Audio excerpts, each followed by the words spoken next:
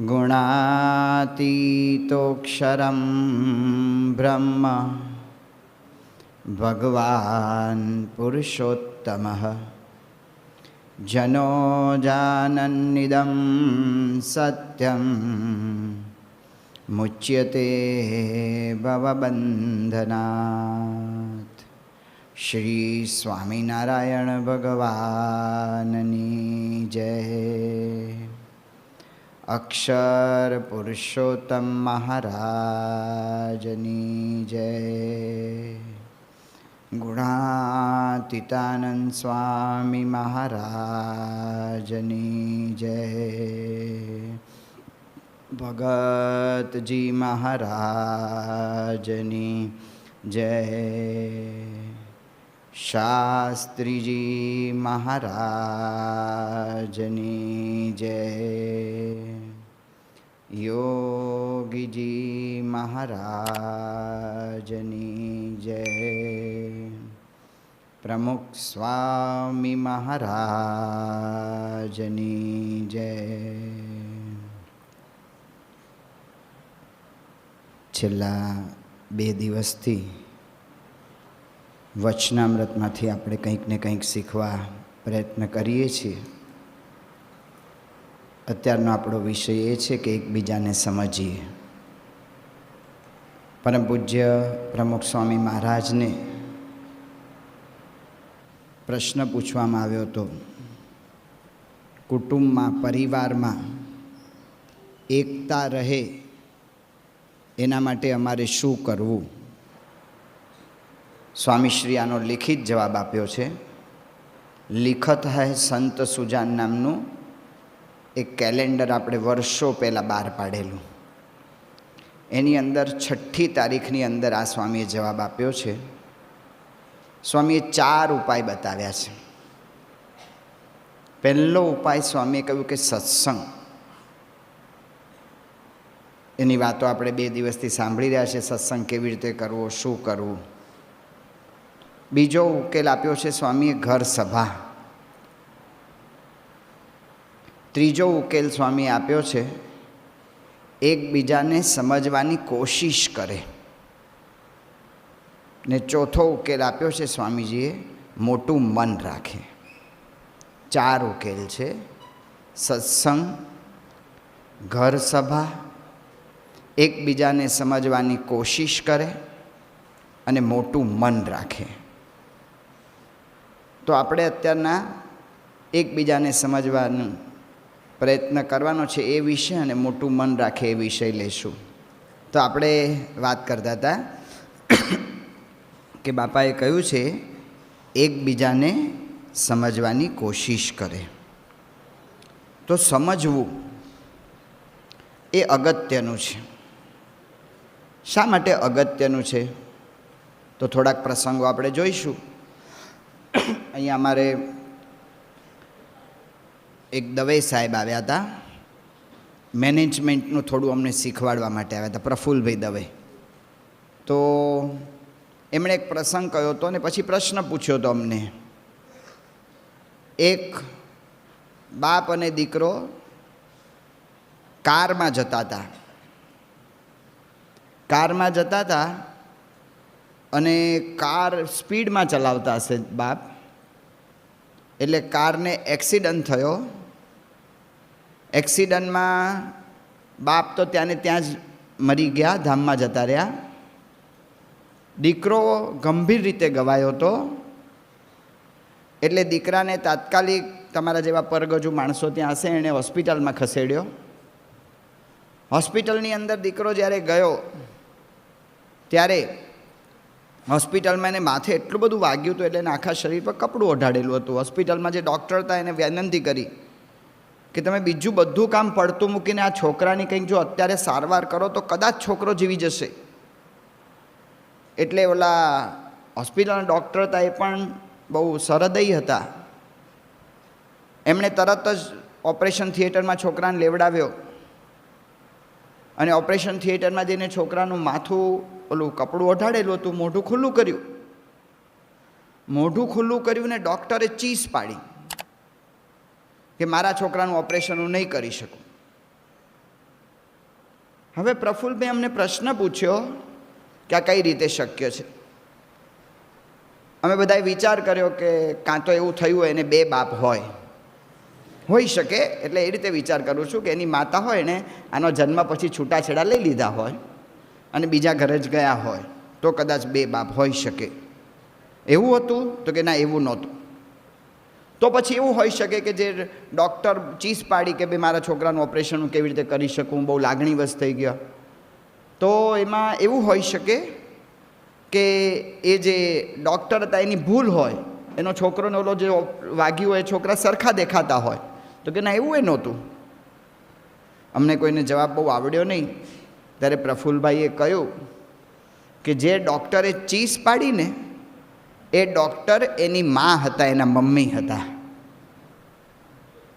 હવે જો આ પ્રસંગ જ્યારે સાંભળ્યો ને, ડૉક્ટર શબ્દ આપણા મનમાં આવે છે ને એટલે આપણને શું દેખાય કે થેટોસ્કેપો આવે તો એને પુરુષ જ આવે છે મનમાં. બહેનો કોઈ દિવસ ડૉક્ટર આટલા બધા થાય છે, બહેનો ડૉક્ટર આપણે જોયા છે, તેમ છતાં પણ પહેલો વિચાર કરીએ ને ડૉક્ટર એટલે પુરુષ જ દેખાય છે આપણને. તો પ્રી કન્ડિશન માઇન્ડ છે આપણું. આપણા મનની અંદર અમુક અનુભવોથી, અમુક આપણા કલ્પનાથી ને આપણા સંસ્કારથી આપણા મનની અંદર અમુક વ્યક્તિ માટે અમુક ધારણા ફિક્સ થઈ ગઈ હોય છે. તો ધારણા જ્યારે ફિક્સ થઈ જાય છે ત્યારે એ વ્યક્તિને આપણે સમજી શકતા નથી. એટલા માટે સ્વામી બાપા વાત કરે છે કે એકબીજાને સમજવાની કોશિશ કરે. ગીજુભાઈ બધેકાએ બહુ સરસ વાર્તા, જૂના જમાનાની વાર્તા છે, લખી છે. ઓલી મા હતી અને મા બપોરના આરામ કરવાના સમયે આડા પડ્યા. એની છોકરી નાનકડી, આપણા કાઠિયાવાડ બાજુના જ હશે એટલે ટબુડી નામ પડેલું એનું. તે ટબુડી હતી એટલે એ ટબુડીને હુવાડી દીધી બાજુમાં હુવાડી. અને જૂના જમાનાની વાત એટલે પહેલાંના જમાનામાં તમે અત્યારે ગામડે જાઓ તો ગામડામાં જુઓ ને તો દરવાજા આપણા ઓલા ધોકાવાળા દરવાજા હોય છે, આમ 2-3 ધોકા હોય અને કડા લટકતા હોય. તે ટબુડીએ જોયું મા તો સૂઈ ગઈ છે એટલે ટબુડી ઊભી થઈ ને દરવાજે ધોકા પર પગ ઠેરવ્યા ને કડે લટકી એટલે દરવાજો આમ થાય. એટલે ટબુડીને તો આનંદ આવી ગયો, કારણ કે હિંચકા જેવો આનંદ આવી જાય આમ થાય એટલે. પણ આનંદ આવતો હતો ટબુડીને, પણ ઓલો દરવાજો હતો એને તેલ પાયેલું નહીં એટલે આમ થાય ને એટલે કીચુડ અવાજ આવે એટલે માની ઊંઘ ઉડી ગઈ. ટબુડી કહું છું હુઈ જા, પાછી હુવાડી દીધી. પાછી માની આંખો ભેગી થઈ એટલે ટબુડી ઊભી થઈને દરવાજે લટકી, પાછો કીચુડ અવાજ આવે.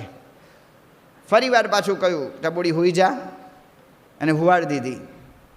પાછી એની માં ઊંઘી, આમ જરાક આંખો મળી એટલે પાછી ટબુડી તો હિંચકાનો આનંદ લેવા માટે દરવાજે લટકી.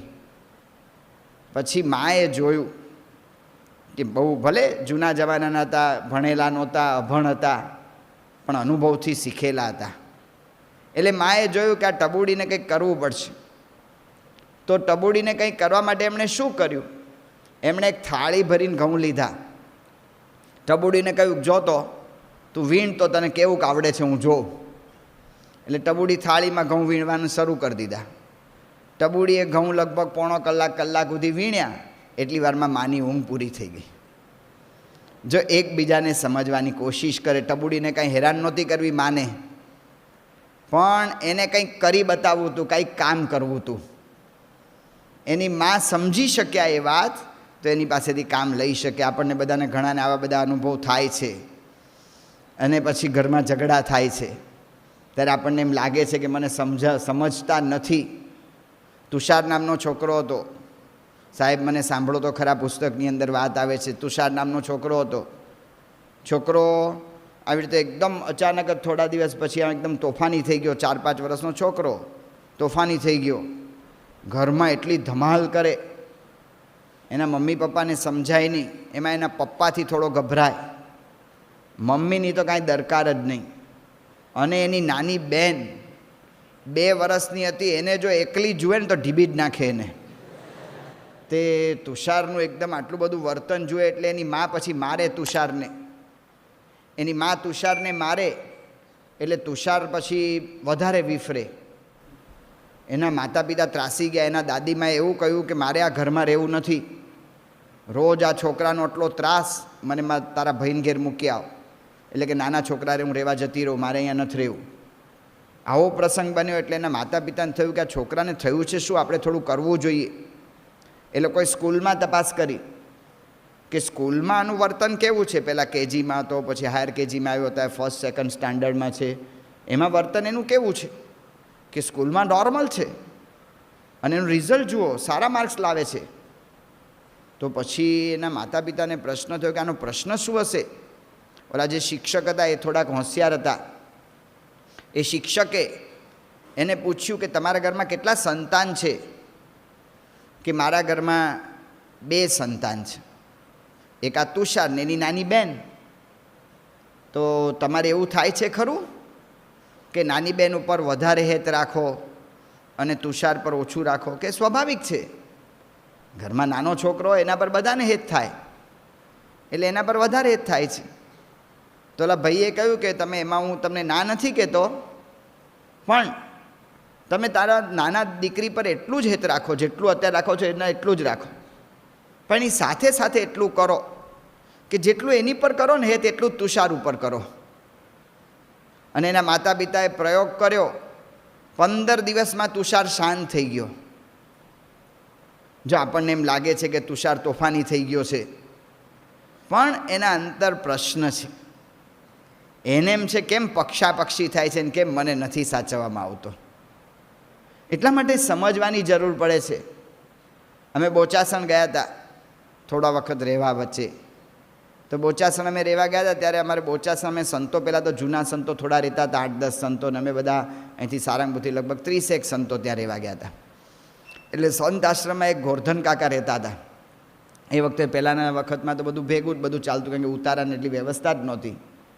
તે ગોરધન કાકાની રૂમ બરાબર ઓલા સંત આશ્રમમાં બધા સંતોની વચ્ચે જ રૂમ આવતી હતી.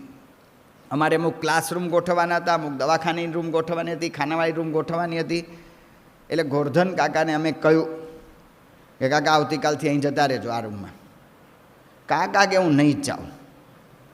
મારો ઓલો ગોરધન કાકો હામો થયો આપણી. એટલે પછી તો ગોરધન કાકાને આપણે રુચિ જ ઓછી થઈ ગઈ બધાને. ગોરધન કાકાને કોઈ રુચિ જ ના થાય. અને પછી તો ગોરધન કાકાને જ્યારે જોઈએ ને એટલે એના વાંક શું શું છે ને તરત આપણને દેખાય. અને ગોરધન કાકાની યારે અમે બેસીએ ત્યારે અમે સંતો અંદર બેસીએ અને કોક વાર ભૂલથી એ ગોરધન કાકાની વાત નીકળે ને તો અડધો કલાકનું મેટર હોય જ. કોક આ વાત કરે ને કોક બીજું કરે ને કોક ત્રીજું કરે. પૂજ્ય ડૉક્ટર સ્વામી ત્યાં પધાર્યા. ડૉક્ટર સ્વામીએ કહ્યું કે ગોરધન કાકાને પગે લાગવા કોણ જાય છે? કોઈ જ નહીં સ્વામી, જવા જેવું જ નથી. ત્યાં પગે લાગવા જવા જેવું જ નથી. આ ગોરધન કાકો તો બહુ વહમો છે ને અમને કોઈ સહકાર જ નથી આપતા ને કેટલું બધું જે કે તું કહ્યું. ડૉક્ટર સ્વામી કે ગોરધન કાકાને જય સ્વામી કહેવા જવું. હવે આજ્ઞા થઈ એટલે જવું પડે. ગોરધન કાકા એટલા ગંદા હતા ને કે એની રૂમમાં એવી દુર્ગંધ આવે ને આપણે આમ રૂમમાં પગ મુકાય નહીં. એક ત્યાગ વલ્લભ સ્વામી એવા હતા કે અંદર જતા રોજ ને એમની યારે 15 મિનિટ કાઢતા, પણ અમને તો કોઈ પગ જ ના મૂકીએ એમની રૂમની અંદર. પણ ડૉક્ટર સ્વામીની આજ્ઞા હતી એટલે ડૉક્ટર સ્વામીની આજ્ઞા હતી એટલે અમે બધાએ પ્રયત્ન કરવો. આપણે આજ્ઞા તો પાળવી જ પડે, પણ અંદર તો પગ મુકાય એવું હતું ને, દુર્ગંધ બહુ આવે રૂમમાં. એટલે બધા શું કરે, બારણું ખોલે, ગોરધન કાકા જય સ્વામિનારાયણ, બસ બારણું ખોલીને અંદર પગ નહીં મૂકવાનો, બહારથી જ જય સ્વામિનારાયણ એમ કહીને જતા રહેવાનું. આવું લગભગ અઠવાડિયા 10 દિવસ સુધી ચાલ્યું. અને ગોરધન કાકા મારી પાસે સામેથી આવ્યા કે સ્વામી મારે ક્યાં બીજી જગ્યાએ જવાનું છે, મને કહો, હું ત્યાં જવા તૈયાર છું. જો પ્રશ્ન શું હતો, ગોરધન કાકો આપણે એમ માનતા હતા કે સહકાર નથી આપતા, તૈયાર નથી થતા. તો પ્રશ્ન એ હતો કે ગોરધન કાકાને જે રીતે કહેવામાં આવ્યું હતું ને કે અહીં જતા રહેજો, એ ઓર્ડર કર્યો હતો. એને સમજવાનો પ્રયત્ન નહોતો કર્યો. એ લાગણીના ભૂખ્યા હતા, પ્રેમના ભૂખ્યા હતા. જો એનો પ્રેમનો સંતોષ આપી શક્યા, લાગણી આપી શક્યા, તો એ આપણને સહકાર આપતા થઈ ગયા. એટલા માટે સ્વામી બાપા વાત કરે છે કે એકબીજાને સમજવાની કોશિશ કરે. આજે જેમ અહીંયા કિશોરોની શિબિર થઈ છે, એવી રીતે વર્ષો પહેલાં અહીંયા આણંદ, નડિયાદ અને વડોદરા એના કિશોરો ભેગા થયેલા. આટલી મોટી સંખ્યામાં નહીં, બહુ નાની સંખ્યા હતી, લગભગ 1600-125 જેવી હશે. તો એટલી સંખ્યામાં ભેગા થયા હતા. એ કિશોરોને પ્રશ્ન પૂછ્યો હતો કે તમારે તમારા મમ્મી પપ્પા સાથે શું પ્રશ્ન છે એ જણાવો. એટલે બધાએ એમના પ્રશ્નો જે આપેલા એનો સર્વે બધો આવેલો, એના આધારે બધું તારણ કાઢ્યું છે. કદાચ આપણા બધાના પ્રશ્ન આ જ હશે. તો શું શું પ્રશ્ન છે? તો છોકરાઓએ કહ્યું કે અમારા મમ્મી પપ્પા સાથે અમને એવો પ્રશ્ન છે કે આખો દાડો એમ જ કયા કરે કે ભણ, વાંચ. એટલે સ્વામી અમે 15 મિનિટ તો આમ થોડા રિલેક્સ થઈએ કે નહીં? પણ જેવા રિલેક્સ થાય ને ક્યાં ઊભું જતો રહેતો, કહ્યું તું ને વાંચવાનું, વાંચ્યું નહીં. એટલે પણ શું છે? એક તો એ પ્રશ્ન છે. બીજું, અમારી શક્તિ નથી અને અમારી પાસેથી વધુ પડતી અપેક્ષા રાખે છે કે બેટા ડૉક્ટર થા, બેટા એન્જિનિયર થા. તો ભાઈ તમારે થવું હતું ને, તમને કોણ ના પાડતું હતું? તો અમને એનો કંટાળો આવ્યા કરે છે કે અમારી શક્તિ પ્રમાણે અમને વાત કરે તો બરાબર છે. તો અમારા શક્તિ કરતાં વધારે અપેક્ષા રાખ્યા કરે છે. કંઈ પણ આમ થોડું ઘણું આમ કંઈ આઘા પાછા થઈ આમ તો નથી થતા, પણ કંઈક આમ એમની મરજી વિરુદ્ધ કરીએ તો એક જ વાત કરે છે, આ વડોદરા બાજુ વધારે GIDCમાં લગાડી દઈશ, આપણે અહીંયા તો હીરા ઘસવા બેહાડ દઈશ. તો એક જ વાત કર્યા કરે છે. પછી વધારે પડતી સૂચના આપે છે. હવે અમે સમજણા થઈ ગયા, રસ્તો ક્રોસ કરતા આમ ધ્યાન રાખજે ને, જોજે લાઇટ આવે ત્યારે આમ ન થઈ જાય. એટલે ભાઈ મને બધી ખબર પડે છે, તમે મૂકો માથાકૂટ મારી યારે. પણ મારી યારે રોજ આવી બધી સૂચનાઓ વધારે પડતી આપ્યા કરે છે. સરખામણી કર્યા કરે છે કાયમ. અમારી હોય છોકરાઓ, તે કાયમ વાત કરે કે જો ઓલો રમેશ કાકાનો મિનેશ કેટલો સરસ છે, આમ તેમ એવી સરખામણી કર્યા કરે. તે એટલો કંટાળો આવે છે, એમ થાય છે કે અમને ઘરમાંથી કાઢી મૂકો ને મિનેશને ઘરમાં લાવીને રાખો. તો અમારી સરખામણી કર્યા કરે છે. પછી અમે જ્યારે ખબર નહીં મમ્મીને શું ઉમંગ આવી જાય છે, તો જ્યારે મિત્રો વચ્ચે ઊભા હોય ને ત્યાં જ અમને ટોકે છે કે તે આટલું કામ ન કર્યું, તને કહ્યું તું ને કરવાનું. એટલે ભાઈ હું કરવાનો જ છું, પણ મને પછી ન કહેવાય 15 મિનિટ પછી. મારા મિત્રો વચ્ચે મારો વટ શું રહ્યો, પણ એની વચ્ચે જ કે છે અમને ટોકે છે. એક પક્ષી વલણ રાખે છે, એકને વધુ આપે છે, એકને નથી આપતા. શંકા કરે છે અમારા પર કંઈ પણ થાય ત્યારે શંકા કરે છે. કંઈક વાર શંકા એટલે કે અમે કંઈ પણ એક બહાર જઈએ અને રાતના કંઈક વહેલા મોડા આવી ગયા, કોક વાર, કે દરેક વખતે જ નથી થતું, પણ તો કેટલા બધા પ્રશ્ન પૂછે છે, ક્યાં ગયો તો, કેમ થયું તું, કેમ મોડો પડ્યો, કોની હારે હતો. એટલે ભાઈ એટલું બધું શું પૂછવાનું? અમે કંઈ થોડા આઘા પાછા થયા છીએ, પણ શંકા કરે છે અમારા પર અને પોતાની રીતે જ વર્તાવાનો આગ્રહ કરે છે. જો આ પ્રશ્ન માતા પિતાના, આપણા પ્રશ્નો છે માતા પિતા પ્રત્યેના, લગભગ આ જ પ્રશ્નો આપણને અત્યારે રોજનો અનુભવ થતો હશે. આમાંથી કોક તો એનો અનુભવ થતો હશે. પછી માતા પિતાને આપણે પૂછ્યું હતું કે ભાઈ તમારે છોકરાઓ હારે શું પ્રશ્ન છે, તમારા સંતાનો સાથે તમને પ્રશ્ન શું થાય છે એ અમને જણાવો. તો માતા પિતાએ પ્રશ્નો જણાવ્યા કે અમે કંઈ પણ વધારે પડતું કંઈ પણ થોડોક આગ્રહ કરીએ ને એટલે એક જ વાત કરે છે કે ઘર છોડીને ભાગી જઈશ. કારણ કે ભાગી જવામાં શું છે કે છાપામાં ફોટો આવે, પછી એમાં એવી વાત આવે કે ભાઈ બેટા તું જલ્દી પાછો આવી જા, તારી મમ્મી 3 દિવસથી ખાતી નથી. કાંઈ મમ્મી જ ન ખાતી હોય, જેટલી જાહેરાત આવે એમાં. પપ્પા ખાઈ લેતા હશે કે શું કરતા હશે ખબર નથી આપણને.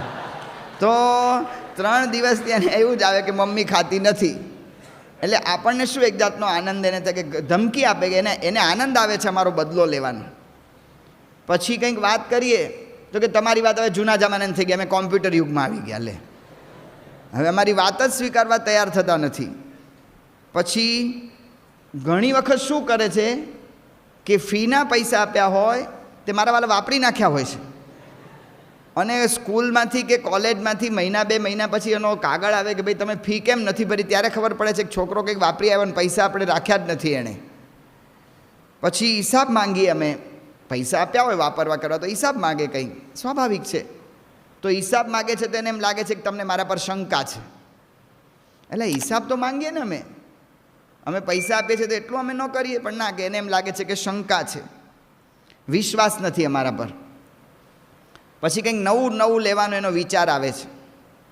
એટલે નવું નવું કંઈ પણ લેવાનો વિચાર આવે, અમે ખર્ચા એટલા કરી ના શકતા હોઈએ, તો ખર્ચામાં અટકાવીએ તો એને એમ લાગે છે કે અમારા પર આને કોઈ પ્રેમ જ નથી, મા બાપને આપણા પર કોઈ પ્રેમ જ નથી, આપણે ભૂલથી અહીં આવી ગયા, એટલે આપણા પર કોઈ હેતપ્રીત છે જ નહીં એવું લાગ્યા કરે છે. એટલે આ પ્રશ્નો મા બાપના છે. હવે જો કિશોરોના પ્રશ્ન જ્યારે સાંભળીએ છીએ ત્યારે એમ લાગે છે કે એના પ્રશ્ન સાચા છે. તમને બધાને અનુભવ થયો હશે, બરાબર? અને મા બાપના પ્રશ્ન જ્યારે જોઈએ છે ત્યારે એમ લાગે છે કે મા બાપ પણ સાચા છે. તો કરવાનું શું છે? હવે શું કરવું જોઈએ? એટલા માટે બાપાએ કહ્યું કે એકબીજાને સમજવાની કોશિશ કરે, એકબીજાને સમજવું પડશે. અને સમજીશું ને તો ખબર પડશે. આ દુનિયામાં ઘણું બધું એવું ચાલે છે કે જેમાં ઊંડા ઉતર્યા વગર ખબર જ નથી પડતી. હામાં ના હોય છે, નામાં હા હોય છે. ઘણી બધી વસ્તુ એવી છે કે કહેવાય છે આમ અને એનો અર્થ બીજો થાય છે. એટલે સમજવું પડશે. શ્રીજી મહારાજે સંતોને કહ્યું કે સમયમાં બધા હરિભક્તો આવે છે, એ બધાને આપણે રાજી કરવા છે, જમાડવા છે સારી રીતે, તો એને બરાબર સમજીને પીરસજો. તો સંતોએ કહ્યું મહારાજ એમાં કેવી રીતે થઈ શકે સમજીને પીરસવાનું? તો મહારાજે ત્યાં વાત કરી છે, હરિલા કલ્પતરુની અંદર શ્લોક આપ્યો છે, એમાં વાત કરી મહારાજ કે બધા જમવા બેઠા હોય ને તો જોજો, હા હા દદ્યાત, હું દદ્યાત, દદ્યાત તર્જની તર્જને, શીશ કંપે પુનર્દદ્યાત, ન દદ્યાત સિંહ ગર્જને. મહારાજ કહે છે ધ્યાન રાખજો, તમે જમવાનું પીરસતા હો ને ત્યારે તમે આપવામાં કહો ને કે લાડુ, હાથ તો ઊંચા લે છે, એટલે એની ઈચ્છા છે ભાઈ કે આપો, હા હા દદ્યાત, હા હા કેમ તો આપી દેજો. કોઈને આપણે પૂછીએ ને કે એક ઓલો પફ છે લેવો છે, એટલે એની હજી જગ્યા છે, આપી દો તો વાંધો નથી. હા હા દદ્યાત, હું દદ્યાત, દદ્યાત તર્જની તર્જને, ખાલી હાથથી જ ના પાડે ને આમ, ના ના ના રવા દો હાથથી ના, એટલે એને ઈચ્છા છે ને આપી દેવું. શીશ કંપે, આપણે પૂછીએ આ જોઈએ છે, ખાલી માથાથી જ હલાવે. શીશ કંપે પુનર્દદ્યાત, અને 2 વાર આપવું. ન દદ્યાત સિંહ ગર્જને, સિંહ ગર્જના કરે ને ત્યારે આપવું નહીં, ત્યારે જાણવું કે હવે આનું પેટ ભરાઈ ગયું છે, ત્યાં સુધી એનું ભૂખ્યો છે. તો નામાં હા ને હામાં ના હોય છે. આ આપણે શીખવું પડશે, આ સમજતા શીખવું પડશે. જો સમજીશું નહીં ને તો આપણને આ ખબર નહીં પડે. એટલા માટે સાંભળવાનો અર્થ, આપણે જે શબ્દો સાંભળીએ છીએ ને જો વિચારીએ ને બરાબર, તો ઘણી વખત શું થાય છે કે આખો વાક્ય બદલાઈ જાય છે. જોજો, મમ્મી રસોડામાં રસોઈ કરતા હોય, અને રસોઈ કરતા હોય અને નાનો છોકરો હોય એ એના મમ્મીની આગળ જવા માગે, અને જવા એટલો બધો નજીક બેસી જાય ને કે જાણે ચૂલામાં એનો હાથ આવી જશે. તો એની માં શું કહે છે? આઘો મર. બરાબર છે? તો મરવા તો આવ્યો જ છું ભાઈ ચૂલા પાસે હું, તો આઘો હું કામ ખસેડો છો? તો આઘો મરનો અર્થ શું થાય છે? તું આઘો બેસ અને વધારે જીવ. જો આખો શબ્દ બદલાઈ ગયો, બોલે છે મર અને ભાવના છે કે વધારે જીવ. જો આખો શબ્દ બદલાઈ જાય છે. આપણે ઘણી વખત વાત કરીએ છીએ કે શિબિર અમારી સારંગપુરમાં એટલી અદ્ભુત થઈને કે એની વાત જ જવા દો. તો વાત જવા દો એનો અર્થ શું છે? કે વાત હવે કરો નહીં એમ છે? એનો અર્થ એમ છે કે એનું વર્ણન શક્ય નથી. જો વાત જવા દો બોલીએ છે જવા દો, પણ એમ છે કે ભાઈ આનાથી વધારે હજી કરવા માગું છું તમને, તો આપણે બોલીએ છીએ શબ્દ જવા દો, અને જવા દો શબ્દ બોલતા હોઈએ. જો 2-4 જણ ચર્ચા કરીએ અને એની અંદર કોઈક બોલે કે આવી રીતે કે જવા દો ને એની વાત હવે, તો એ શું કહેવા માગે છે? કે વધારે કર. જો એ ગુસ્સામાં બોલે છે, શબ્દ એનો જ છે જવા દો, પણ ત્યાં એમ કહે છે કે હવે આની વાત તમે આગળ વધારશો નહીં, કાઢશો નહીં. તો શબ્દના અર્થ સમજવા પડે છે. રોજબરોજના અનુભવમાં છે. આજે જ મારે હમણાં જ અનુભવ થયો. હું આરતીમાંથી નીચે ઉતર્યો અને જ્ઞાનેશ્વર સ્વામી મને મળ્યા. મેં સાંભળ્યું હતું જ્ઞાનેશ્વર સ્વામી 6:30 વાગે નીકળવાના હતા. બુધેલમાં આજે મૂર્તિ પ્રતિષ્ઠા મહોત્સવ છે, એટલે ત્યાં 6:30 વાગે નીકળવાના હતા. અને 7:30 આરતીમાંથી હું નીચે ઉતર્યો ત્યારે મને મળ્યા. તો મેં એમને શું પૂછ્યું? મેં પૂછ્યું કે કેમ તમે હજી ગયા નથી? તેલા તારી સામે દેખાતા નથી આ પ્રશ્ન પૂછાય? હજી ગયા નથી આ પ્રશ્ન પૂછાય? તને દેખાતા નથી, તું આંધળો છે કે ભાઈ આ જ્ઞાનેશ્વર આ સાક્ષાત મૂર્તિમાન તારી સામે ઊભા છે, તે કેમ આવો પ્રશ્ન પૂછ્યો? ગયા નથી એ દેખાય જ છે. પણ મારો કહેવાનો ભાવ શું છે કે તમારે કેમ આટલું મોડું થયું? જો આખું વાક્ય બદલાઈ જાય છે. હું જે રૂમમાં રહું છું એ રૂમમાં હું ને શ્રીજી પ્રકાશ સ્વામી સાથે બેસીએ છીએ. અમારી લગભગ 10 બાય 12ની એ રૂમ છે. એમાં કોઈ પાર્ટીશન નથી, એમાં કોઈ પડદો નથી. એક ખૂણામાં શ્રીજી પ્રકાશ સ્વામી બેસે છે, એક ખૂણામાં હું બેસું છું. અમે બે હામાં હોઈએ છીએ. તો ઓલા રૂમનું બારણું ખોલે અને મને શું પૂછે છે કે શ્રીજી પ્રકાશ સ્વામી છે? આ 10 બાય 12ની આ ઓરડી છે, આમાં એકે પાર્ટીશન નથી, પડદો નથી, તને શ્રીજી પ્રકાશ દેખાય છે અહીંયા? તો પૂછો શું કામ મને કે શ્રીજી પ્રકાશ સ્વામી છે? તો એનો કહેવાનો ભાવ શું છે કે શ્રીજી પ્રકાશ સ્વામી ક્યાં છે? જો શબ્દ સમજવા પડે છે કે શ્રીજી પ્રકાશ સ્વામી ક્યાં છે. સંત સ્વામી વાત કરતા કે બે ભાઈઓ ઝઘડે અને બથ્થમ બથ્થા પર આવી જાય ને મારામારી કરે તો બે એકબીજાને શું કહે છે? ઓળખસ? તો હું ઓળખવાનું? તારું નામ નથી જાણતો, તારા બાપનું નામ ખબર નથી, તારી અટક ખબર નથી, તારું ઘર ખબર નથી જાણતો હું, તે શું ઓળખવાનું છે?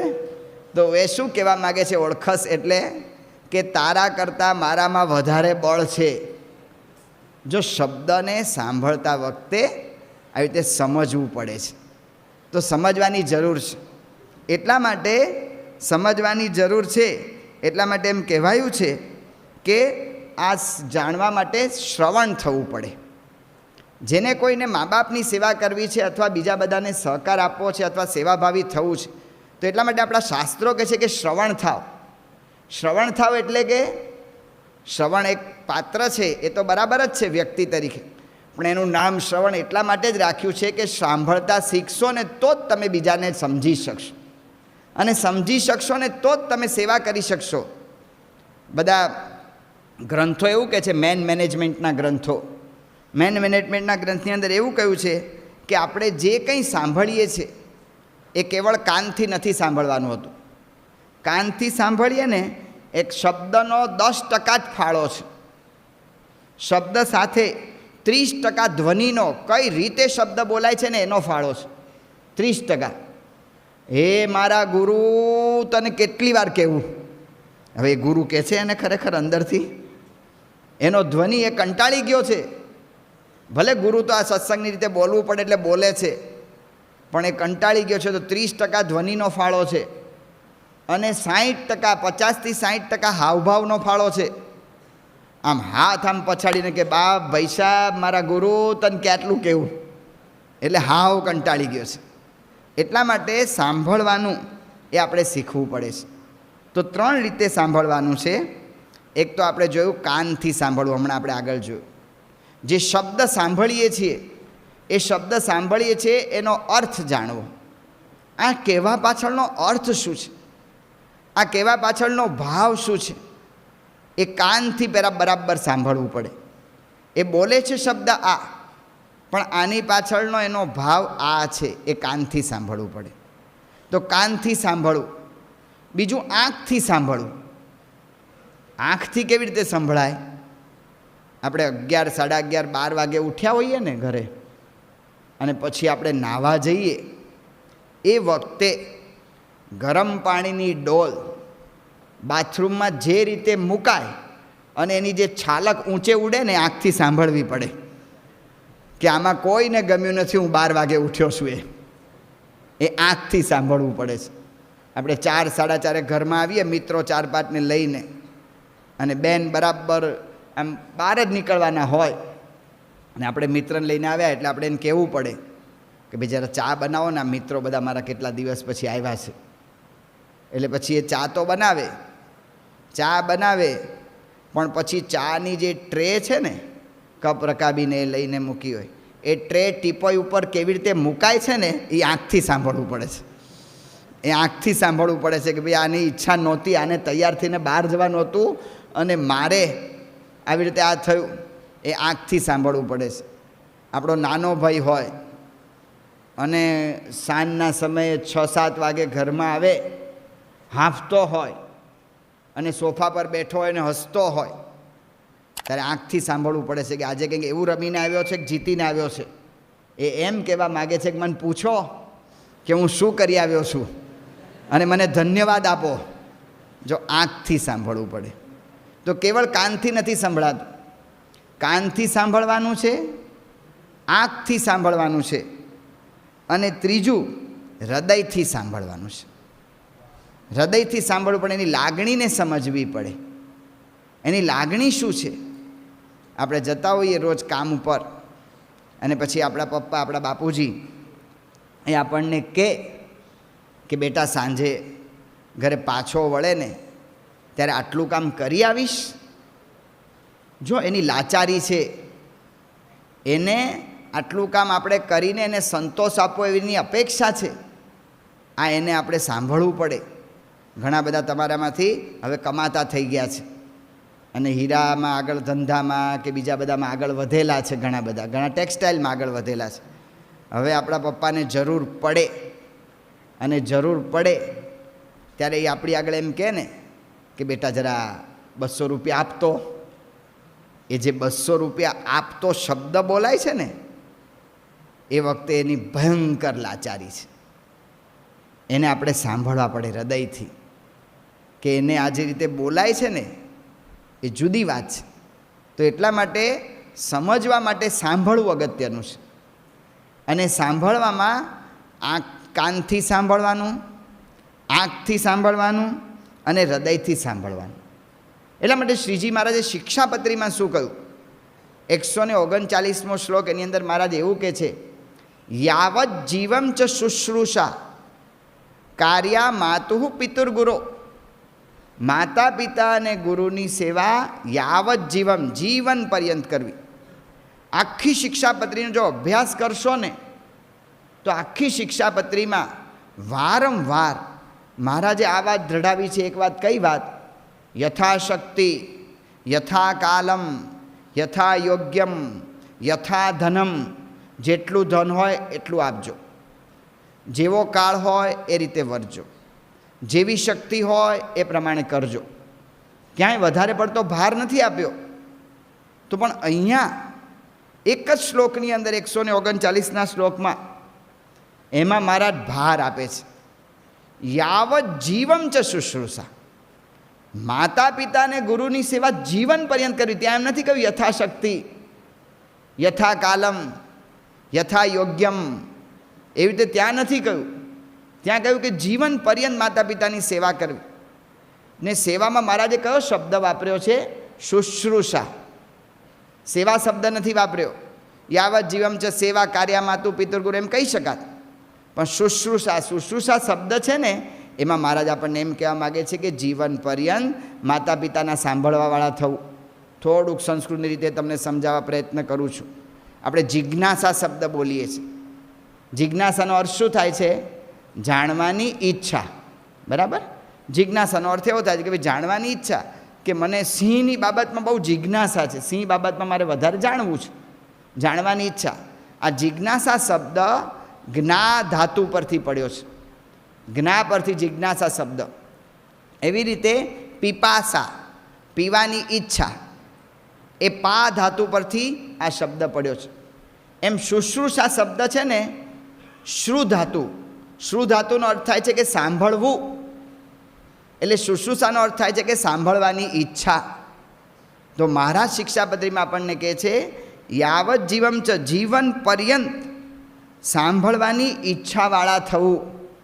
કોની જીવન પર્યંત? માતા પિતા અને ગુરુને સાંભળવાની ઈચ્છાવાળા થવું. જો સાંભળીશું ને તો સમજી શકીશું. તો આપણું ઘર, અત્યારે વચનામૃતની બધી વાતો સાંભળીએ છીએ. વચનામૃતની વાત સંત સ્વામી એવી કરતા કે તમે જો પ્રયત્ન કરો તો 8/10 વચનામૃત જો આપણા જીવનમાં સિદ્ધ થાય તો 8/10ની ઓરડીમાં તમને અક્ષરધામનું સુખ આવી શકે. 8/10ની નાનકડી ઓરડી છે, પણ જો આપણે પ્રયત્ન કરીએ તો એની અંદર આપણને અક્ષરધામનું સુખ આવે. હવે એ અક્ષરધામનું સુખ લેવા માટે આપણે આપણા ઘરને પહેલાં મંદિર કરવું પડશે. પૂજ્ય ડૉક્ટર સ્વામી આ વાત કરે છે. તો મંદિર કરવા માટે આપણે આ સાંભળવાની ઈચ્છાવાળા થવું પડશે. ઠાકોરજી બિરાજ આવે ને પપ્પા કંઈક કહે ને મમ્મી કંઈક કહે ને આપણે સામે જવાબ આપીએ ને એ સામે આપણને રોજ તડાફડી ચાલતી હોય, રોજ દિવાળીને રોજ ફટાકડા ફૂટે, તો એના ઘરમાં કેવી રીતે પછી અક્ષરધામ થશે? તો સાંભળવાની ઈચ્છાવાળા થવું પડશે. સાંભળવાની ઈચ્છામાં આપણને મદદ કોણ કરે છે? તો આપણે 2-3 વિચાર આપણે જો કેળવીએ તો આપણને મદદ થાય, એમાં આપણને ખબર પડે. એક તો જ્યારે આપણો એક પ્રશ્ન એ છે કે માંગણી મૂકીએ છીએ અને લગભગ માંગણી પૂરી ન થાય ત્યારે અતિશય ઉદાસ થઈ જવાય છે. આ એક વાસ્તવિક પ્રશ્ન છે.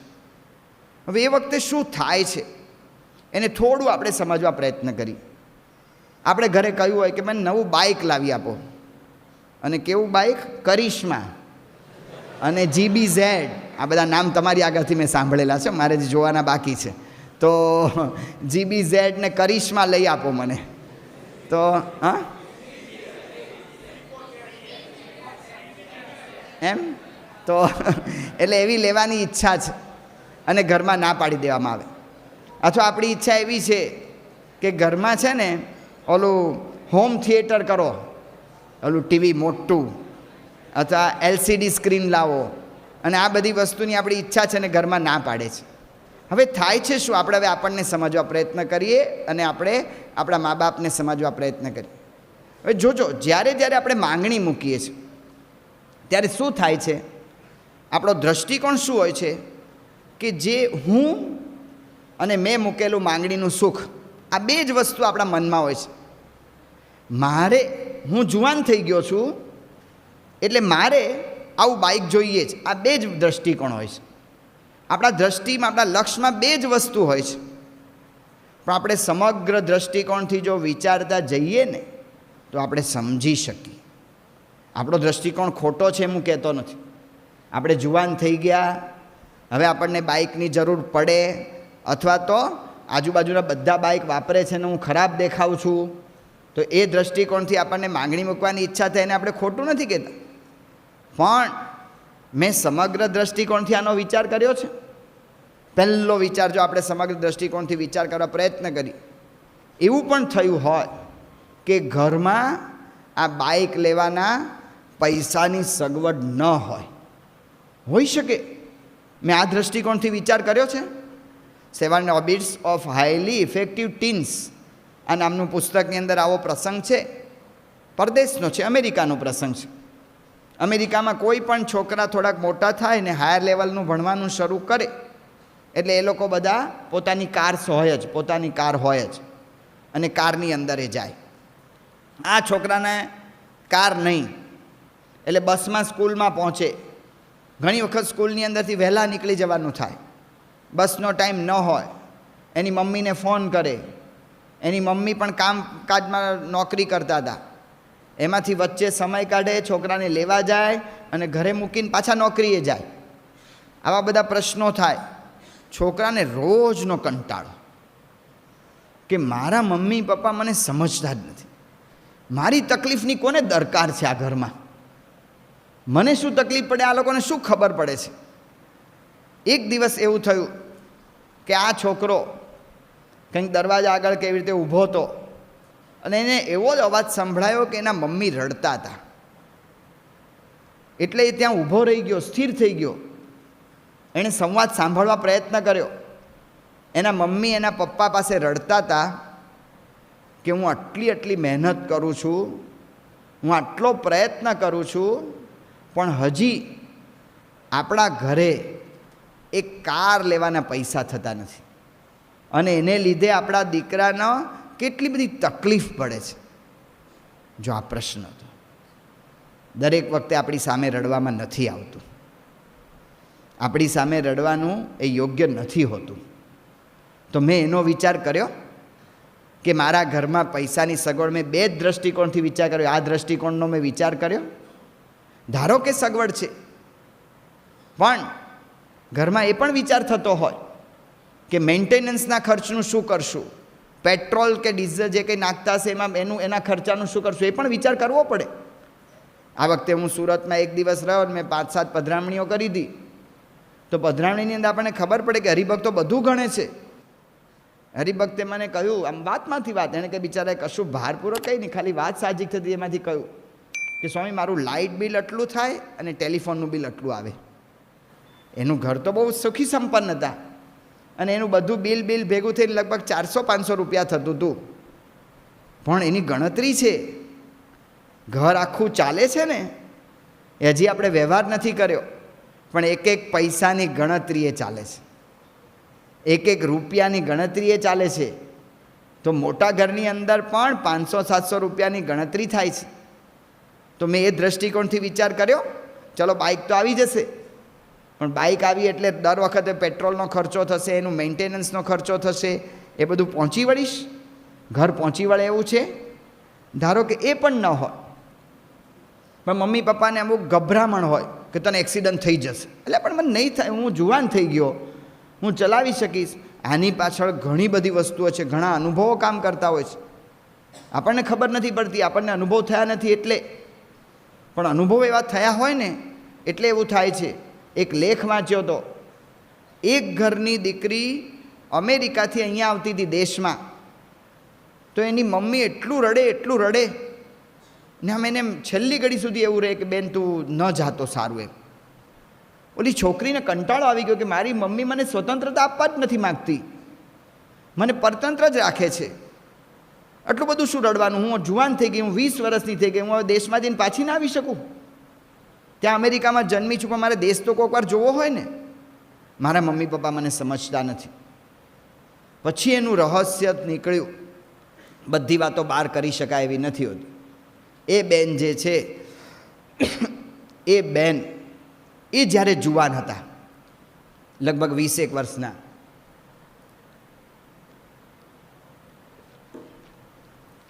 ત્યારે સંયુક્ત કુટુંબમાં રહેતા હતા.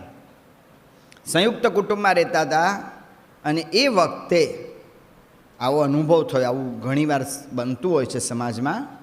એ બેનની ઉપર એ દેખાવડા હતા, એના સગા કાકાએ આ છોકરી ઉપર બળાત્કાર કરેલો. એ છોકરીએ આ વાત કોઈ દિવસ કોઈને કરેલી નહીં, એના માતા પિતાને પણ કરી નહોતી. એટલે એ છોકરી જલ્દી પરણીને ઘરમાંથી ભાગી જવા માગતી હતી ને પરણીને જતી રહી અમેરિકા. હવે એની છોકરી 20 વર્ષની થઈ છે. એ છોકરીને પરદેશથી અહીંયા મોકલવાની છે, ત્યારે એને ઓલો એનો જૂનો અનુભવ યાદ આવે છે. મારા જેવું મારી દીકરીને કાંઈક એવું તો નહીં થઈ જાય ને. જો આપણે બધી રીતે સમજવાનો પ્રયત્ન કરીએ ને તો આપણને ખબર પડે કે આ પણ દૃષ્ટિકોણ હોય. આપણા મમ્મી પપ્પાએ ક્યાંક ભયંકર એક્સિડન્ટ જોયો હોય, એના સંસ્કાર એના જીવમાં હોય, અને એને લીધે આપણને બાઇકની ના પાડતા હોય, ઘરમાં સગવડ હોય તો પણ, તો આ આપણે વિચારવું પડે. મેં બધા દૃષ્ટિકોણથી સમજવા પ્રયત્ન કર્યો. ધારો કે મમ્મી પપ્પાની અંદર ગ્રંથિ બંધાઈ ગઈ, એની ભૂલ નથી એવું નથી કહેતો, આપણે ખાલી બધા દૃષ્ટિકોણથી સમજવા પ્રયત્ન કરીએ છીએ, એની ગ્રંથિ બંધાઈ ગઈ હોય. એમણે જોયા હોય એવા છોકરા કે સ્કૂટર લેતા હોય ને પછી એ આખા ગામમાં રખડતા જ હોય મારવાલા, અને કશું ભણે નહીં વાંચે ને એવું થયું હોય, એવો અનુભવ કોઈક એમને થયો હોય ને એવી કંઈ ગ્રંથિ બંધાઈ ગઈ હોય, તો આપણે વિચાર એ કરવો પડે છે, જ્યારે હું જે કંઈ પણ વાત મૂકું ત્યારે હું અને મેં મૂકેલી માંગણી અથવા મેં મૂકેલી મારી ઈચ્છા, આ બે જ વસ્તુ મારા દૃષ્ટિકોણમાં હોય છે. પણ મેં ચારે બાજુથી આખા દૃષ્ટિકોણને વિચાર કર્યો. ઘણી વખત એવો વિચાર્યો કે ઘરમાં આટલો ખર્ચો અહીંયા ન કરે અને એના કરતાં મને બાઇક લઈ આપે તો શું વાંધો છે. વાત સાચી છે, થઈ શકે કે ભાઈ આટલો બધો ખર્ચો આમાં ન કરો તો આમ આ લઈ આપે તો શું વાંધો છે. આમાં કેવું છે, દરેક વ્યક્તિ, આપણા બધાનો જીવ એ અનંત જન્મોથી છે. દરેકની વાસના જુદી છે, દરેકના પૂર્વ સંસ્કાર જુદા છે. એ સંસ્કાર લઈને આપણે જન્મ્યા છીએ, એને લીધે દરેકની પ્રકૃતિને દરેકની ઈચ્છા જુદી છે. કેટલાક ઘરની અંદર એવું હોય છે કે એના મુખ્ય માતા કે એના પિતાએ ઘરમાં નક્કી કર્યું હોય છે કે આપણા ઘરમાં આટલી જ સગવડ છે તો આપણે આટલું કરવાનું છે કે આપણે ખાધે પીધે સુખી રહેવું. એમાં ખાસ કરીને આપણી બાજુના માણસો તો દૂધ દહીં ઘીમાં વાંધો ન આવે એવું કરવું, અને ખાધે પીધે આપણે સુખી રહેવું, પણ ભલે થોડા કપડાં આછા પાતળા પહેરશું તો ચાલશે. જો ઘરમાં આ સિદ્ધાંતથી ઘર ચાલે છે એટલે બાઇકની ના પાડે છે. દરેકના જુદા જુદા હોય છે. કેટલાક માણસો છે ને એને મોજ મજા જ એના મનમાં હોય, તે ખાવા પીવા ભલે ન હોય પણ બહાર હરે ફરે ને તેલ મારે ને મારવાલા વટથી ફરે ને અને એવું કરે, એને મોજ મજા, એને દેખાવ એના પર એનું જાય છે. કેટલાક હોય છે ને એ શત્રુ કેન્દ્રી માણસો હોય છે, એના મનની અંદર છે ને બીજો શું કરે છે ને એ જ દેખાતું હોય. આના ઘરમાં ફ્રીજ આવી ગયું, લઈ આવો આપણે, એટલે પણ એને લાવ્યો તું તારું વિચાર કર ને. પણ એવો હોય છે. કેટલાક માણસો એવા હોય છે કે ધન કેન્દ્રી હોય છે, એને લોભ જ હોય છે. કેટલાક કાર્ય કેન્દ્રી હોય છે, આખો દિવસ કામ કર્યા જ કરે, આપણે યાર 10 મિનિટ પણ કાઢે નહીં. ઘરમાં જાણે આપણે કોઈક બહારના હોઈએ ને એવું લાગે, કાં તો એ બહારના હોય એવું આપણને લાગે. તો કાર્ય કેન્દ્રી આખો દિવસ કામ કર્યા જ કરે. કેટલાક સ્વકેન્દ્રી હોય, બસ પોતાનું જ જુએ. તો દરેક પોતપોતાની દૃષ્ટિકોણથી જીવે છે. તો મેં પહેલાં એને સમજવા પ્રયત્ન કર્યો. આ સમજવું પડે. સમજ્યા વગર આપણે નિદાન કરી દઈએ તો વાંધો આવશે. જો હવે આપણે શું વિચારીએ છીએ કે હું જુવાન થઈ ગયો છું, હું જુવાન થઈ ગયો છું એટલે મને તમે કે ના કરો, હું બધું સમજું છું. આપણે ઘણીવાર બોલવામાં એવું બોલી ગયા છે કે મને કહેશો નહીં, હું સમજું છું બધું, મને ખબર પડે છે, હવે હું મોટો થઈ ગયો. તો સમજું થઈ ગયા તો હવે આ સમજવાની તૈયારી રાખવી પડશે કે હું જે કંઈ નિદાન કરું છું કે આટલા ખર્ચામાં મારી બાઇક આવી જાય ને કેમ ખર્ચો કરવામાં નથી આવતો, આની અંદર આ આવી રીતે થઈ શકે ને કેમ આમ નથી કરતા. એ નિદાન કરતાં પહેલાં રોગ બરાબર જાણી લેવો જોઈએ. જો રોગ બરાબર જાણ્યા વગર આપણે દવા આપ્યા કરીએ ને તો દવા ખોટી થાય છે. રમૂજી પ્રસંગ છે કે ઓલા ડૉક્ટર પાસે ઓલા ભાઈ ગયા, તે ભાઈ ગયા ડૉક્ટર પાસે અને દવા લીધી કે ભાઈ શેનું મને તકલીફ છે, કે બંધ કોષની તકલીફ છે. તો ડૉક્ટરે દવા આપી. બીજે દાડે પાછા આવ્યા કે હજી કંઈ એમ બહુ પેટમાં ખુલાસો નથી થયો, તે ફરી પાછી દવા આપી, હેવી ડોઝ આપ્યો. ત્રીજે દાડે આવ્યા, ડૉક્ટરે કહ્યું કે આ કેમ આવું થાય છે, મેં આટલો હેવી ડોઝ આપ્યો અને ખુલાસો થવો જ જોઈએ. પછી આ તો કોઈની આપણે જ્ઞાતિ પર નથી, પણ એણે પૂછ્યું કે તમે કેવા છો, કે હું દરબાર છું, કે લ્યો પહેલાં 25 રૂપિયા અને ભૂસું ગાંઠિયા ખાઓ પછી મારી દવા લેજો તો બંધકોષ થશે. કહેતા કે તમે ખાતા નથી, ખાવાના પૈસા નથી ને ક્યાંથી તમને હવે જાડો ઉતરે, પહેલાં ખાઓ, રોગ પહેલાં તમે ખાધું નથી ને એ છે. એટલે આપણે રોગ જાણ્યા વગર નિદાન કર્યા કરીશું કે આમ કરે તો શું વાંધો, આમ કરે તો શું વાંધો, પણ સમગ્ર દ્રષ્ટિકોણથી જોવું પડે. ઘણી વખત આપણને કહેવામાં આવે છે, આપણે શું આપણા 2-4 જ દ્રષ્ટિકોણથી જોઈએ છે એટલે પ્રશ્ન થાય. કારણ કે આની યારે મિત્રતા ન રાખતો, એની યારે વાંધો શું છે કે એ છોકરો સારો નથી, એ સારો નથી પણ એટલી તમને જ્યારે જરૂર પડી ત્યારે એને મદદ નહોતી કરી. જો આપણે એના 2 ગુણો કહીએ છીએ અને મમ્મી પપ્પા કહે છે કે સારો નથી, આપણને સમજાતું નથી કેમ સારો નથી, તો સમગ્ર દ્રષ્ટિકોણથી વિચાર ન પણ કર્યો હોય. બિન લાદેન છે, કેટલો ખૂંખાર માણસ છે, આજે આખી દુનિયાને કેટલી ભયમાં રાખે છે. સુરતમાં તો તમારે અનુભવ થઈ ગયો, કેટલું આખું સુરત આમ ફફડે. કોઈક ડિપાર્ટમેન્ટલ સ્ટોરમાં પ્રવેશ કરતાં વિચાર કરવો પડે કે મારો અહીં ધડાકો નહીં થાય ને. હા, ફફડતા રહેતા હતા આપણે, કેમ તો આખું સુરત ફફડતું હતું. હવે એ માણસ કેટલો ખૂંખાર છે, પણ એનો ગુણ એ છે અત્યાર સુધીમાં ક્યારેય પણ એ ગુસ્સે થતો નથી. કોઈ દિવસ એનું પ્રવચન ઉશ્કેરણી ભર્યું નથી હોતું, બહુ શાંતિથી એ બોલે છે. આ માણસ સાઉદી અરેબિયાનો એક અમીરનો છોકરો છે, એણે પોતાની અમીરાત બધી ફગાવી દીધી અને જંગલમાં ભિખારીની જેમ જીવન જીવે છે અને રખડે છે. એનો ગુણ ન કહેવાય? હવે આપણે આ ગુણથી એમ વિચાર કરીએ કે એનો સમાગમ કરવો. જો ખૂંખાર છે તો એનો આખો બધા દ્રષ્ટિકોણથી વિચાર કરવો પડે. આપણે એમ લાગે કે આનો સમાગમ કેમ મને આનો કુસંગ કે છે, આને કેમ મને ના પાડે છે. મેં બધા દ્રષ્ટિકોણથી વિચાર કર્યો, તો આ વિચાર કરવો પડે છે. જો વિચાર કર્યો હોય તો આપણને ખ્યાલ આવે. વીરપ્પનની વાત આપણે સાંભળતા હતા, ચંદનને ચોરતો હતો. આ વીરપ્પનનો અવગુણ હતો, એનો ગુણ પણ હતો. જે પૈસા લાવતો ને પૈસા બધા ગરીબોને વેચતો, એટલે વીરપ્પનને ચંદનની ચોરી કરવા દેવી? જો આ વિચાર કરવો પડે. અમે ત્યાં મુંબઈમાં રહેતા હતા ત્યારે જોયું તો ઓલું ગણપતિ કેટલા મોટા, લગભગ 12 ફૂટના મોટા ગણપતિ પધરાવે અને આખા પરાની અંદર એ સારામાં સારો આખો મોટો ઉત્સવ હોય એનો ગણપતિ ઉત્સવ. પણ એ કોણ કરાવતું હતું? ગુંડો કરાવતો હતો. હવે એને સારો કેવો? જો આ દ્રષ્ટિકોણ, બધા દ્રષ્ટિકોણનો વિચાર કરવો પડે. જો બધા દ્રષ્ટિકોણથી જોતા શીખીએ ને તો આપણને ખોટ ન જાય, નહીંતર ખોટ જાય. સ્વામી બાબા વાત કરે છે, શિલ્પકાર હતો, એનો છોકરો ઓલું મૂર્તિ ઘડે, એ મૂર્તિ ઘડતો હતો છોકરો, અને એનો બાપને બતાવે પછી તો એનો બાપ કહે કે બસ આટલું બેટા ખોટું છે, આટલું સુધારી નાખ. ફરી છોકરો મહેનત કરે, ફરી બતાવે, છે તો બહુ સારી પણ હજી આમ બહુ આમ સંતોષકારક નથી, હજી સારી કર.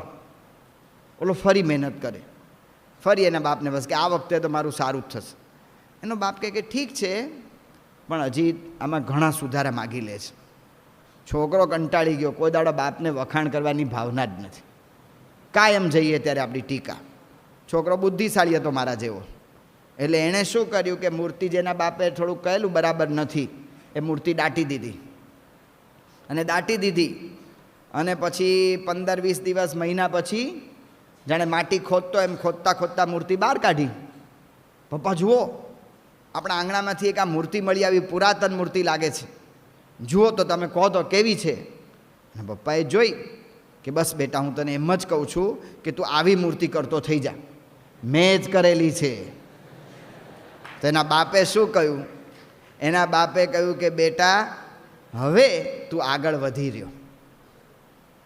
જો એનો બાપ શું કહે છે કે તું હવે આગળ વધી રહ્યો. એના બાપની ઈચ્છા ટીકા કરવાની નહોતી, પણ એને હતું કે જો બહુ પ્રશંસા ન કરું તો છોકરો હજી આગળ વધશે, હજી આગળ વધશે. મારે એને એવો બનાવવો છે કે જે માઇકલ એન્જેલોનું નામ આવ્યું એમાં આનું નામ આવે. જો આપણે દ્રષ્ટિકોણ સમજ્યા નથી, ખોટ જાય છે.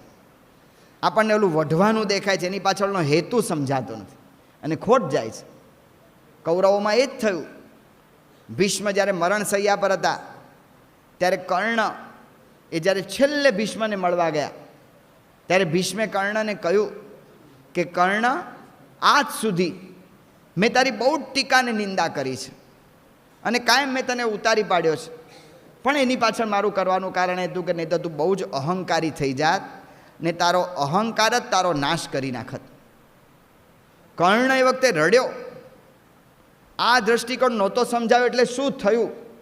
કૌરવોના પક્ષે શત્રુઓને મારવા માટે મહાસમર્થ હતા, પણ 10 દિવસ સુધી, જ્યાં સુધી ભીષ્મ લડ્યા ત્યાં સુધી કર્ણે યુદ્ધ મેદાન પર પગ જ ન મૂક્યો. જો ખોટ જાય છે, દ્રષ્ટિકોણ સમજાય ને ત્યારે ખબર પડે છે. એટલા માટે સ્વામી બાપાએ વાત કરી છે, એકબીજાને સમજવાની કોશિશ કરે. હવે આપણે કોશિશ કરી જોઈએ. જ્યારે માતા પિતા ઓલા છોકરા કંઈક વચ્ચે આમ બહાર જાય, ફરવા બરવા વાંચતા હોય અને કે અભ્યાસ કર, કેમ ઊભો થઈ ગયો?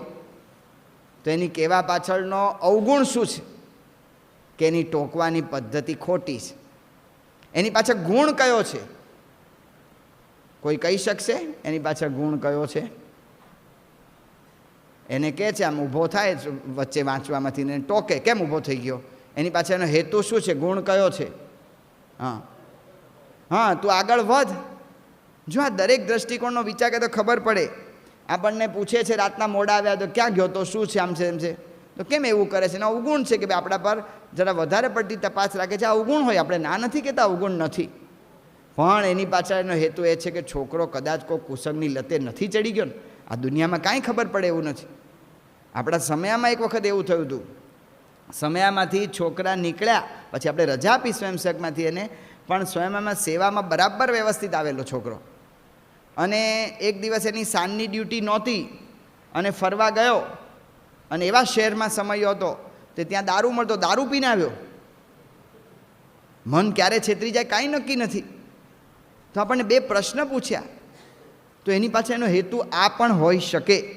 તો એ રીતે જ્યારે આપણે વિચાર કરીએ છીએ કે સરખામણી કર્યા કરે ત્યારે એમ જ કરવા માગે છે કે તમે વધારે થોડાક સારા થાવ. તો એ રીતે જો બધા જ દ્રષ્ટિકોણથી વિચાર કરીએ તો આપણને ખબર પડે. સ્વામી બાપા એક બહુ સારી વાત કરે છે કે દરેકની પ્રકૃતિ ઓળખી રાખવી. આપણે બધા જે ભેગા થયા છે ને, ઋણાનું સંબંધે ભેગા થયા. સંસ્કારે સંબંધી સર્વે મળ્યા રે. આ સંસ્કારને લીધે ભેગા થયા છે. પહેલાં કંઈક આપણી એ બે જે લેવડ દેવડ ને બધું હોય છે, એટલે કર્મ સિદ્ધાંતની વાતો પૂછે બ્રહ્મદર્શન સ્વામી લખી છે, તો એને લીધે ભેગા થયા છે. પણ એને લીધે દરેકના જુદા જુદા સંસ્કાર છે. તો કોકની ટેવ હશે ગુસ્સે થયા કરવાની, કોકની ટેવ હશે આવી રીતે આપણને ઉતારી પાડવાની, કોકની ટેવ હશે લોભ રાખવાની, આવી બધી ટેવો હશે, આપણે અવગુણ નથી કહેતો, એની પ્રકૃતિ ઓળખી રાખવી પડે. પ્રકૃતિ ઓળખી રાખી હોય તો આપણે એને સમજીને એની સાથે કામ કરી શકીએ. તો એટલા માટે સ્વામી બાપા કહે છે કે એકબીજાને સમજવાની કોશિશ કરે. મમ્મી પપ્પાને જ્યારે જ્યારે આપણે આ વાત કરીએ છીએ ત્યારે લગભગ રોકવાની પાછળ 3-4 હેતુ દેખાય છે. એક તો એ લોકો એના અનુભવની વાત કરતા હોય છે, બીજું એ લોકોએ વર્ષોથી વ્યવહાર ચલાવ્યો હોય છે એટલે વ્યવહારિક રીતે વાત કરતા હોય છે. આપણે વ્યવહાર ચલાવ્યો નથી ને, નવા છીએ એટલે ખબર નથી પડતી, એટલે વ્યવહારિક થવાની વાત કરતા હોય છે. ત્રીજું એને પોતાની પ્રકૃતિ, એને વશ થઈને વાત કરતા હોય છે. તો આને સમજવાનો જો પ્રયત્ન થાય ને તો આપણે કામ કરી શકીએ.